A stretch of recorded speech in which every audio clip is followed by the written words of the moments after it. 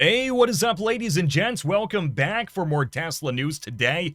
As always, hope you guys are having a great one, and I just want to say right now, my life has been super busy lately, so I've been kind of bummed out because I really haven't had a whole lot of time to record stuff to talk about things going on in the EV world, and more specifically, I think we all know the Tesla world, right? I mean, really, what other companies out there are, are doing the same stuff? Really, none of them. But anyway, first thing that I want to talk about, we're going to start this out with an absolutely huge update, and to be quite honest, it is something that I am super excited about because the Tesla Cybertruck is out and it is actually still adventuring. Now, this is, as a couple of days ago, this was actually spotted out in the wild, and rumor has it that Elon Musk himself may have actually been driving this truck. That's right, we know Elon Musk is a big fan of the Cybertruck, as he very well should be. I mean, come on, let's be quite honest, right? And apparently, the truck got stuck in the mud. Now, Stephanie on Twitter shared pictures of this happening and said, and I quote, "Couple hours after groundbreaking on new Tesla lithium plant, Cybertruck got stuck in a South Texas field. Since they aren't sold yet, can only assume Mr. Musk was driving." And then Stephanie says, "Took the video myself." So anyway, that is kind of insane, right? Now, first of all, I gotta say, it is absolutely fantastic that this truck is out there, it's testing, it's getting started, and I know some people might look at this and they might say, well, the thing got stuck, why are you happy about that? It got stuck in the mud, and that means that it should be ignored, it should be avoided, it should be, well, in my honest opinion, you have to kind of take it out and start testing it to learn what it can and cannot do. Not to mention, the only way to make a vehicle more off-road capable is by, well, testing it. That's like saying that the, Range Rovers of the world, or if you want to talk about the Toyota Land Cruisers of the world, soon to be the Cybertrucks of the world, by the way, it's like saying, oh, well, they never tested those. They were just that good off-road automatically. Yeah, no, they weren't. They did a lot of testing on those. Wasn't an instantaneous thing at all, okay? And the Cybertruck is going to be the same thing. I think that, again, we're going to see a lot more testing. For prototype vehicles to get stuck off-road, it's really nothing new at all. I think that once this thing's got the actual drivetrain installed, I honestly think it's going to be extremely impressive. And yeah, I absolutely had to talk about that. Guys, let's move on now, and let's talk about India. Now, India, of course, for electric vehicles, is a market that has so much potential, right? And it's something that we're still watching Tesla develop on a lot more. We're still seeing Tesla really push toward. And in my opinion, Tesla cannot get something for the Indian market fast enough. Now, again, this is kind of tough because it's a very different market, all right? You really want to have more sort of specific vehicles for the market, for India. You want to design things that are going to work really well in that market, and you kind of can't just rush into it. I know that some people look at Tesla and look at India and they go, hurry up, let's get this done, let's get this started, hurry up, do this, do that. And it's not that simple, right? It's gonna be a strategic approach.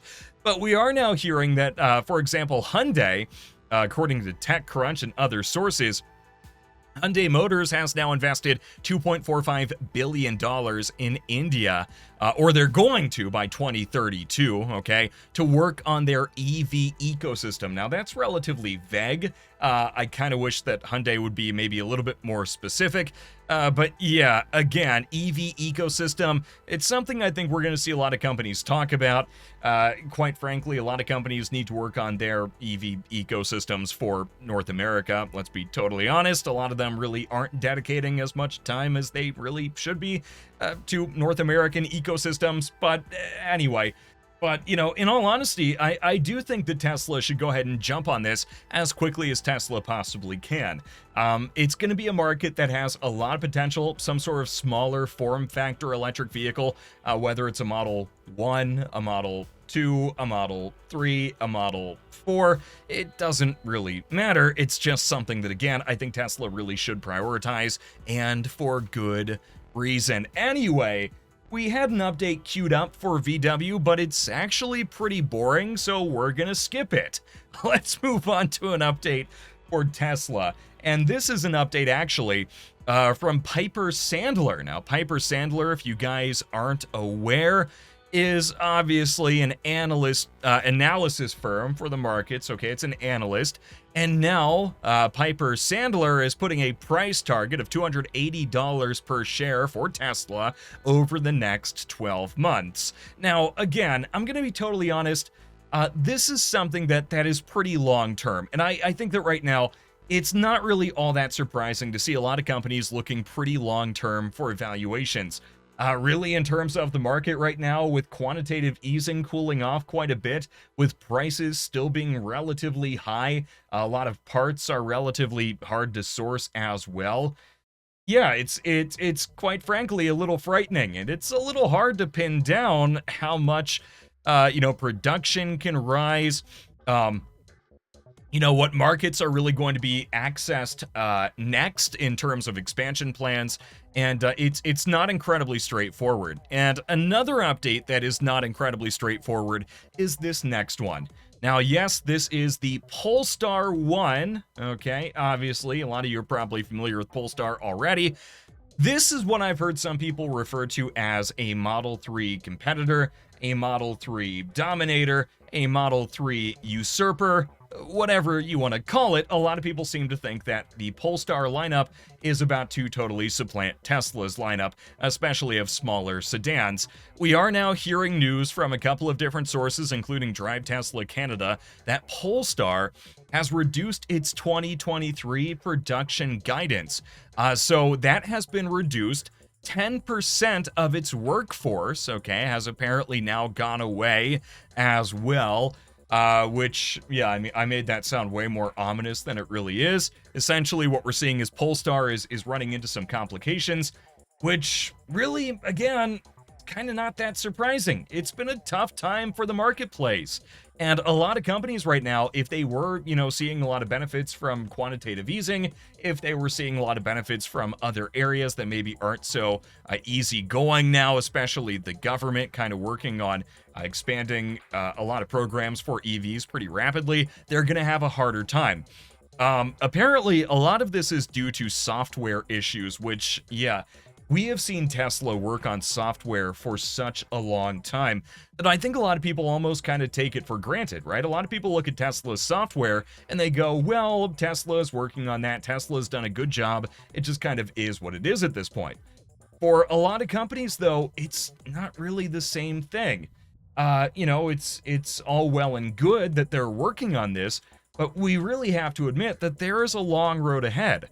It's not going to be an instantaneous thing, right? A lot of companies are going to have a lot of software issues to work out, and as they're doing that, if they can't get that to align as well as they need it to with their competitors, then guess what? It's going to be a really tough time, and it's going to give Tesla, I think, realistically, and again, I don't think this is even that weird to talk about, it's going to give Tesla another competitive edge. Anyway, let's move on now, and let's talk about battery cells. Now, this is a delay. Now, a lot of people are going to say, oh no, a delay for battery cells. Let me get the next image on screen, by the way. Apparently I'm slacking today, but anyway, a delay in battery cells, that sounds horrible. And I see why a lot of people might think that, right? We're talking about 4680 battery cells, but hold on, relax, calm down.